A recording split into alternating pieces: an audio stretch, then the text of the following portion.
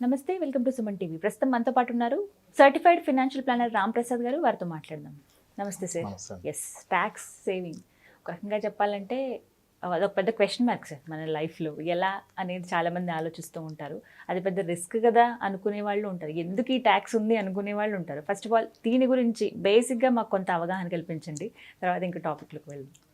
Yes madam, tax saving government కొన్ని slabs పెట్టి ఈ స్లాబ్స్లో ఇంత ఇన్కమ్ ఉంటే ఇంత ట్యాక్స్ పే చేయమని చెప్పింది.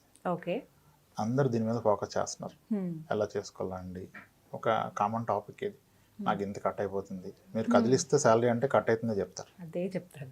డిడక్షన్ గురించి మాట్లాడారు. నాకు 8,000 పోతుంది, 10,000 పోతుంది, 3 లక్షలు కట్టేస్తాను ట్యాక్స్ అంటే. మనం ఇన్కమ్ ఇది కదా, ఇన్కమ్ ట్యాక్స్ పే చేస్తాం. ఎస్, మన చేతిలో ఉన్నది ఏంటి, మనం ఇన్కమ్ ట్యాక్స్ తగ్గించగలుగుతామా?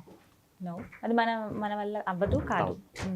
ఇన్కమ్ ట్యాక్స్ అనేది మనం తగ్గించలేం, కానీ మన శాలరీ మనం పెంచుకోగలుగుతాం. సో యాజ్ అన్ ఇండివిజువల్గా ఇన్కమ్ ట్యాక్స్ మీద కన్నా ఫోకస్ ఇన్కమ్ పెంచుకోవడానికి పెడితే బెస్ట్. దాన్ని ఎలాగో అవాయిడ్ చేయలేం కదా. ఇన్కమ్ ట్యాక్స్ ఉన్న సెక్షన్, ఇన్కమ్ ట్యాక్స్ సేవింగ్ ఉన్న సెక్షన్స్ సీరియస్లీ అంతే కదా. ఇప్పుడు ఎన్ని రోజులు అని చెప్పుకుంటాం నేను ట్యాక్స్ ఎక్కువ పే చేస్తున్నానని. ఇప్పుడు రేపు మళ్ళీ ఫినాన్స్ మినిస్టర్ వచ్చి పెంచారు అనుకోండి, నెక్స్ట్ ఫినాన్స్ మరి మన ఇన్కమ్ పెరుగుతూ ఉంటే ట్యాక్స్ కట్టాల్సింది కూడా పెరుగుతుంది ఆబ్వియస్గా. అది పెరుగుతుంది, ఇన్కమ్ పెంచుకోవడం మానేస్తామా? కోర్స్ కాదు, కానీ ఇన్కమ్ పెంచుకొని ఇప్పుడు కొందరు ఉన్నారు చాలా బాగా ఎర్న్ చేస్తారు, వాళ్ళు ఇన్కమ్ ఎంతో చెప్పరు. I paid 1 crore tax to government అని చెప్తారు. అంటే ఎంత ఇన్కమ్ ఎర్న్ చేశారు? మోర్ దెన్ 3 crores ఎర్న్ చేశారు. There are people paying tax, they are happy in paying tax. అంటే డెఫినెట్గా మిడిల్ క్లాస్ వాళ్ళకి tax paying is burden, pain. కానీ ఈ పెయిన్ని అడ్వాంటేజ్ తీసుకొని చాలా మిస్ సెల్లింగ్ అవుతుంది. ఎలా అంటారు? ఎస్, ఇప్పుడు ప్రైమరీగా ట్యాక్స్లో ఉన్న సెక్షన్స్ 80C, 80D, సెక్షన్ 24, ఇవి 3 సెక్షన్స్ ఎక్కువగా. అండ్ 80E ఎడ్యుకేషన్ లోన్కి, సెక్షన్ 24 హోమ్ లోన్ తీసుకుంటే వచ్చేది, 80C ఇన్వెస్ట్మెంట్ మీద వచ్చేది, 80D హెల్త్ ఇన్సూరెన్స్ మీద వచ్చేది. ఈ మిగిలిన సెక్షన్స్ అన్నీ సింపుల్గా ఉంటాయి. 80Cని అందరూ ఫోకస్ చేస్తారు. సెక్షన్ 80C లిమిట్ వచ్చి ఒక ఇండివిజువల్కి ఇన్ ఇయర్ 1.5 lakh సేవ్ చేసుకోవచ్చు. ఈ సెక్షన్ పరిధిలోకి వచ్చే ఇన్వెస్ట్మెంట్ కనుక మీరు చేసినట్లయితే ఆ 1.5 lakh ఇన్కమ్ని మీ ఇన్కమ్ నుంచి మైనస్ చేస్తారు. మీకు 7 lakhs ఇన్కమ్ ఉంటే 80Cలో 1.5 lakh ఇన్వెస్ట్ చేస్తే మీ 7 lakh ఇన్కమ్ కాస్త స్ట్రైట్ అవే 5.5 lakhs ఇన్కమ్ లాగా ట్రీట్ చేస్తారు. ఓకే, ఇన్కమ్ ట్యాక్స్ సేవింగ్ అంటే ఆ మనీ అంతా రావడం కాదు, ఆ పెట్టుబడి మీద పడే ట్యాక్స్ని అవాయిడ్ చేస్తుంది. ఇప్పుడు 30% ట్యాక్స్ ల్యాబ్లో ఉన్న వ్యక్తి కనుక 1.5 lakh ఇన్వెస్ట్ చేస్తే 1.5 lakh మీద 30% ట్యాక్స్ పే చేసేది అవాయిడ్ చేయగలుగుతాడు. అంతే. సో 80Cకి ఉన్న లిమిట్ 1,50,000. ఈ 1,50,000 గాను మనకున్న మార్గాలు అనేకం. ప్రైమర్లీ అందరూ కట్టేది లైఫ్ ఇన్సూరెన్స్ ప్రీమియం. ఇన్సూరెన్స్ ఎందుకు కట్టావు అంటే ట్యాక్స్ కొరకు. ఇన్సూరెన్స్ కట్టలేదు ట్యాక్స్ కొరకు కాదు, మీ రిస్క్ కవర్ కొరకు. ఓకే, కానీ ట్యాక్స్ కొరకు కడుతున్నారు. మీ పిఎఫ్, పబ్లిక్ ప్రొవిడెంట్ ఫండ్ కానీ, ఎంప్లాయీ ప్రొవిడెంట్ ఫండ్ కానీ అవి కూడా 80Cలోకి వస్తాయి. పిల్లల ట్యూషన్ ఫీజులు కూడా 80Cలోకి వస్తాయి. కొన్ని deposits, fixed deposits, postal schemes, Sukanya Samriddhi, ఇవన్నీ కూడా 80Cలోకి వచ్చేస్తాయి. కానీ అందరూ 80C మీద ఫోకస్ చేస్తున్నారు. 80Cలోనే 3-4 lakhs పెడుతున్నారు. దానికి ఉన్న లిమిట్ 1.5 lakh. మీరు ఎంత పెట్టినా ఫిల్ చేస్తున్నప్పుడు ఫిల్ చేస్తారు, దాంట్లో వచ్చేది 1.5 lakh. అంటే 80Cకి ఉన్న ఇన్వెస్ట్మెంట్ ఆప్షన్స్లో ఇప్పుడు endowment policies, life insurance policies, PPF, Sukanya Samriddhi, okay, and పిల్లల ఎడ్యుకేషన్ ఫీ, వీటితో పాటుగా ఈఎల్ఎస్ఎస్ అనే ఒక ఆప్షన్ ఉంది. ELSS, equity linked saving schemes, which is a mutual fund. Mutual ఫండ్లో 1.5 lakh పెడితే కూడా మీకు ట్యాక్స్ సేవింగ్ కింద కన్సిడర్ చేస్తారు.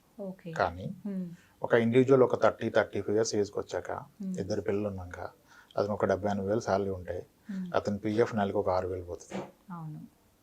పిల్లల ట్యూషన్ ఫీజులు, వీటన్నిటికంటే ముందు ఇన్సూరెన్స్లో కాస్త కట్టుంటారు కదా, 1,50,000 బై డిఫాల్ట్ ఫిల్ అయిపోతుంది.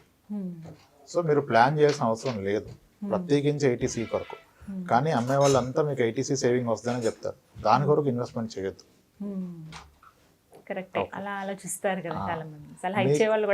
మీకున్న ఇన్వెస్ట్మెంట్ చేసి 80C తీసుకునే బెనిఫిట్స్ ఉన్న ఆప్షన్స్లో the best option is ELSS, equity linked saving scheme, mutual fund scheme. అది ఎందుకంటే ఇప్పుడు మీరు పిఎఫ్లో పెడితే దాని లాకింగ్ పీరియడ్ 15 years అండి, పీపీఎఫ్లో 15 years. ఎన్పిఎస్ ఉంటుంది, నేషనల్ పెన్షన్ సిస్టమ్, దాని లాకింగ్ పీరియడ్ మనకి 60 years వచ్చేంత వరకు లాకింగ్ అది. ఓకే, ఇన్సూరెన్స్ పాలసీలు కడితే దాని మెచ్యూరిటీ వరకు అది లాకింగ్, మోస్ట్లీ 5 years అయితే మినిమం లాకింగ్ ఉంటుంది. ఓకే, సో ఇంకా అదర్ ఫిక్స్డ్ డిపాజిట్లు అయితే 5 years చేయాలి. కానీ when it comes to ELSS fund దాని లాకింగ్ 3 years. 3 years తర్వాత మీరు డబ్బు ఎంత మనం ఇన్వెస్ట్ చేయాలి సార్? 1,00,000. అన్ని కలిపి చేయాల్సింది 1,00,000. ఓకే, ఫస్ట్ పాయింట్ అది గుర్తుపెట్టుకోవాలి. ఈఎల్ఎస్ఎస్లో ఉన్న అడ్వాంటేజ్ ఏంటంటే ఈఎల్ఎస్ఎస్ కేటగిరీ ఫండ్ యొక్క రిటర్న్ మీరు చూసినట్లయితే ఇప్పుడు లాస్ట్ 10 years రిటర్న్ కూడా మోర్ దెన్ 15 ఉంది. On average return per year 15 ఉంది. సరే మనం వెరీ కన్జర్వేటివ్గా 12% పట్టుకున్నా that's a very good return. ఇప్పుడు సుకన్య సమృద్ధిలో ఈ రోజు ఉన్న రిటర్న్ 7.1, 7.6 సుకన్య సమృద్ధి, పిఎఫ్లో 7.1, ఇన్సూరెన్స్ పాలసీలో 4.6 to 5 నుంచి రాదు. సో వీటితో కంపేర్ చేస్తే 12% ఇచ్చిన ఈఎల్ఎస్ఎస్ బెటర్ ఆప్షన్ కదా. ఒకటి ఇన్వెస్ట్మెంట్ పరంగా రిటర్న్స్ పరంగా బెటర్ ఆప్షన్. నెక్స్ట్ ఆప్షన్ ఏంటి, లాక్ ఇన్ పీరియడ్ పరంగా కూడా ఇది లోయెస్ట్ లాక్ ఇన్ కదా, 3 years కదా. సో కాబట్టి ఈఎల్ఎస్ఎస్ మ్యూచువల్ ఫండ్లో పెట్టుకోవచ్చు. కానీ నేను ఈఎల్ఎస్లో పెట్టేస్తాను సార్ అంటే ఆల్రెడీ మీ ట్యూషన్ ఫీజులు పిఎఫ్ఐ ఫిల్ అయినప్పుడు మళ్ళీ ఈఎల్ఎస్లో పెట్టాల్సిన అవసరం లేదు. అయితే ఈ మధ్య ఫైనాన్షియల్ ప్లానింగ్ చేసినప్పుడు టిపికల్గా ఈఎల్ఎస్ఎస్ చాలా బాగా ఎవరికి వర్కౌట్ అవుతుందంటే 60 years క్రాస్ అయ్యి రిటైర్డ్ పెన్షనర్స్కి వర్కౌట్ అవుద్ది. వాళ్ళకి ఎందుకు వర్కౌట్ అవుద్దంటే వాళ్ళకి మనం చెప్పిన మార్గాలన్నీ క్లోజ్ అయిపోతాయి. పిల్లలు ట్యూషన్ ఫీజులు ఉండవు. మీ పీపీఎఫ్ క్లోజ్ అయిపోయింది, ఎన్పిఎస్ క్లోజ్ అయిపోయింది, ఇన్సూరెన్స్ పాలసీలన్నీ మెచ్యూర్ అయిపోయినాయి. కానీ అతని పెన్షన్ ఒక 60-70 వేలు వస్తుంది అనుకోండి, అప్పుడు ఆయన ఇన్కమ్ ట్యాక్స్ పే చేయాలి పెన్షన్ మీద. 20% స్లాబ్లో ఉంటారు. రిటైర్డ్ పీపుల్ కూడా ట్యాక్స్ పే చేస్తారు. సో అప్పుడు ఆయనకి ట్యాక్స్ అవాయిడ్ చేయడానికి బెటర్ మార్గం ఈఎల్ఎస్ఎస్. మిగిలిన వాళ్ళకి ఎందుకు వద్దన్న అంటే వాళ్ళకి అవసరం లేదు, ఆల్రెడీ ఫిల్ అయింది కనుక వద్దన్నాను. వీళ్ళకి ఆ ఏజ్లో the easiest way to save tax ఇది ఈఎల్ఎస్ఎస్.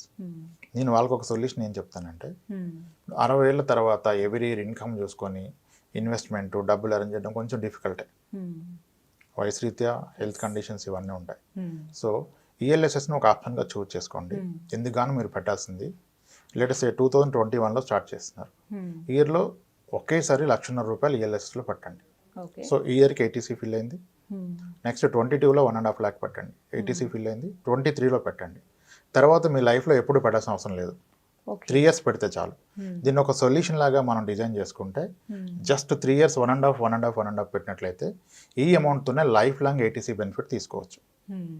అది ఎలా అంటే ఇప్పుడు మీరు 21లో పెట్టిన అమౌంట్ ఏదైతే ఉందో 1.5 lakh, ఇది 3 years లాక్ ఇన్ కదా, 24కి లాక్ ఇన్ ఫ్రీ అయిపోతుంది కదా. You can take out your money, తీసుకోవచ్చు. హిస్టారికల్లీ ఈఎల్ఎస్ 15-16 వచ్చింది, అది వద్దు, ఒక 12% పట్టుకుందాం. 12% return on 1.5 lakh for 3 years. మళ్ళీ దీంట్లో కాంపౌండింగ్ ఉంటుంది. ఎంత సింపుల్గా చూసినా ఒక 60,000 పెరుగుతుంది 3 yearsలో.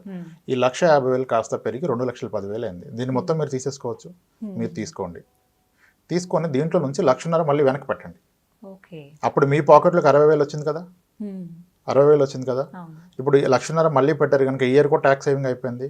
నెక్స్ట్ ఇయర్ వచ్చే లోపల మళ్ళీ 22 రెడీగా ఉంటుంది కదా మెచ్యూరిటీ. సేమ్ ఫార్ములా ఫాలో అవుతారు, 60,000 జేబులో పెట్టుకుంటారు, 1,00,000 పెడతారు.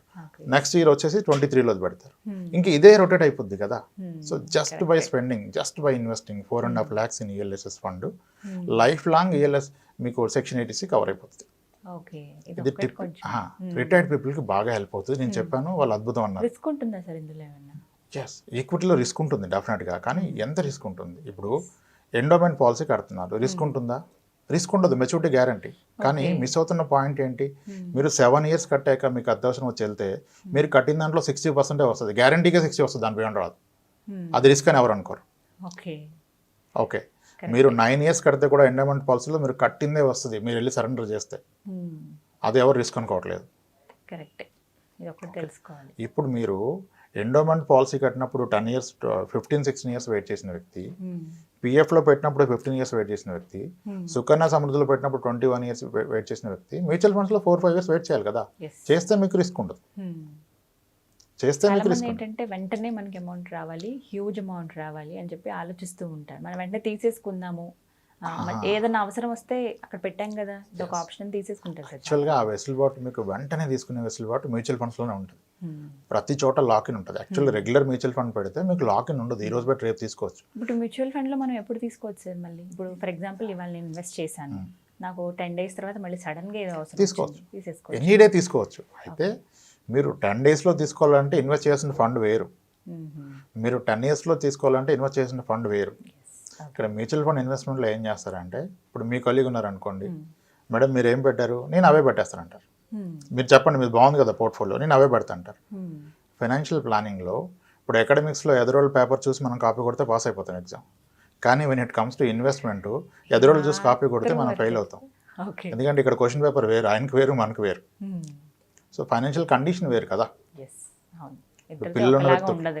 పిల్లలున్న వ్యక్తి ఒకలాగా ఇన్వెస్ట్ చేయాలి, తల్లిదండ్రులు హెల్త్ బాగోకపోతే హెల్త్ ఎమర్జెన్సీకి మనీ కావాలంటే ఒకలాగా ఇన్వెస్ట్ చేయాలి, ఆస్తులు బాగా ఉన్నాయి నాకు అవసరం ఉంటే ఒక ఆస్తి అమ్ముకోగలుగుతాను, పొలం స్థలం అమ్ముతాను, నాకు ఈ మనీ మీద డిపెండెన్స్ లేదు పర్లేదంటే ఆయన వేరేలాగా ఇన్వెస్ట్ చేయొచ్చు. సో ఇది అందరికీ ఒక ఫార్ములా కాదు. బట్ ఈ ఈక్విటీ ఏదైతే చెప్పున్నారో రిస్క్లు ఉన్నాయా లేదనే విషయం పక్కన పెడితే మిగతా వాటితో పోల్చుకుంటే ఇన్వెస్టింగ్ పద్ధతులు మిగతా చెప్పిన వాటిలో బెస్ట్ అని అనిపిస్తాం. This is the best. ఇంకా నిజానికి ఇదే బెస్ట్, కానీ ఆ పేషెన్స్ ఉండాలి.